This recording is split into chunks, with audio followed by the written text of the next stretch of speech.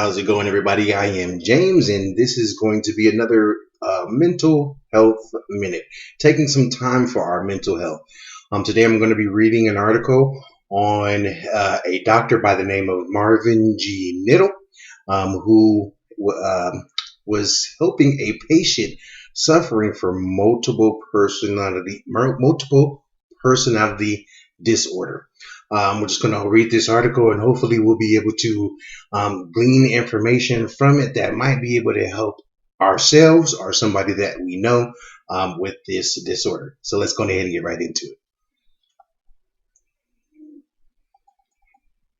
Marvin G. Niddle is a doctor, and this is the name of the article. Sorry about that. And this is the name of the article: counseling a person with multiple personality disorder. The story of Alice from the age of 6 to 60. And this is an article from August 2015, 2017. So here we go. Let's read. Her name is Alice. At least that is the name I'm using in this blog. I have known her since 1966. She was 16. I didn't know much about multiple personality disorder at the time, nor was I sure I wanted to know more. I was a skeptic. It goes on to say, first contact with Alice. Alice was referred for therapy by her school counselor, a former grad student of mine. He told me that Alice had conduct and behavioral problems, including truancy, lying, and sexual promiscuity. Her teachers reported that Alice would frequently forget assignments and act as if sometimes the assignments weren't even assigned to her. It goes on. The way that the article is written, it goes like in steps. So here's what is the next thing that he experienced with Allison is hallucinations. After her high school graduation, she attended the university and would occasionally stop by my room. I tried to get her to go to counseling center, but she refused. One evening, I had a call from the Methodist Student Center. They said Alice was having hallucinations. When I got there, Alice was staring at her reflection in the window, in a highly anxious state, as the doctor here is reporting. She was looking in the mirror saying, "Who is that?" I needed to get in touch with her, or he needed to get in touch with her in that moment. So he stood beside her so she could see him and her in the reflection. Back to the reading. I asked her if she knew who I was and if she remembered seeing me in my office that day. She said yes and told me why she had stopped to see me. Soon her anxiety settled down and I took her back to the women's dorm. There was no co-educational dorms in the 1960s. I know that I didn't know it at the time, but this was the beginning of a relationship that has existed to this day. So this doctor, Marvin, is been treating Alice for some time now, and he is recounting his experience with her from age 16 to 60. So let's continue to read. Dissociating.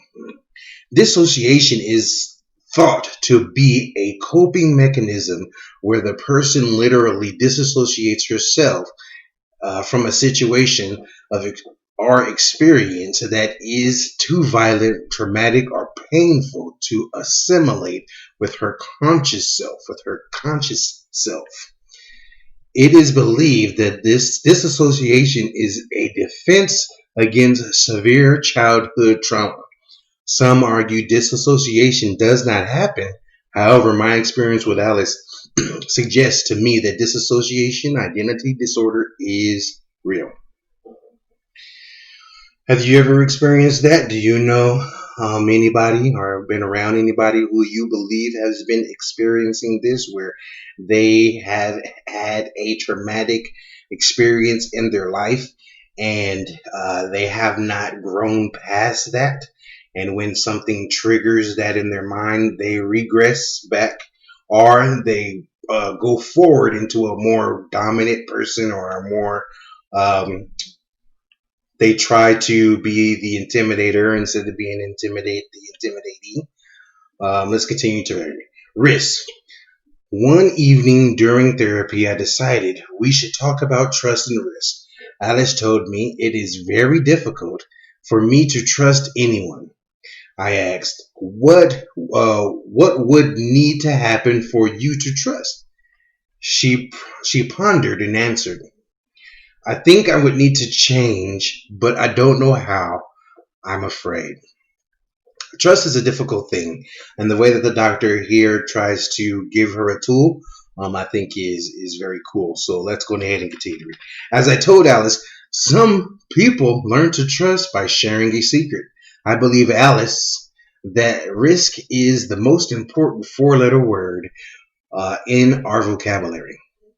If you do not risk sharing what is inside, everything gets packed up and tight and becomes heavy to carry on your own. This is true. If you just find maybe one somebody that you can talk to about anything and everything, and you know that they are not going to judge you, they are going to let you vent, they are going to let you cry, they are going to let you fuss, they're going to let you do whatever it is that you need to do just to get it out. That's an awesome thing to have. Not everybody has somebody like that, but I pray that you and yourself and myself find somebody that can come alongside and be that sounding board for any person. So that's going through a traumatic experience or any experience, good, bad, ugly, or indifferent. We all need a friend. Let's continue to read. As the therapy session progressed, Alice decided to tell me a story or tell her story about a time she was approximately 4 years old. This was a story of severe physical and sexual abuse during her early childhood years. I don't want to go past this because it might be triggers for other people. But if you do want to read this article, I will leave it in the comments or the description or the title or somewhere, so where you'll be able to pick up this article in its entirety for yourself.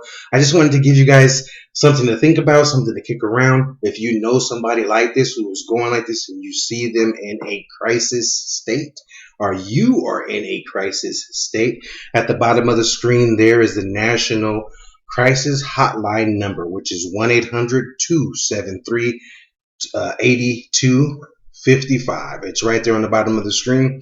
If it is more of an emergency than that, whatever is your local emergency number here in California, it is 911, and whatever it might be for you, don't be afraid to call that number.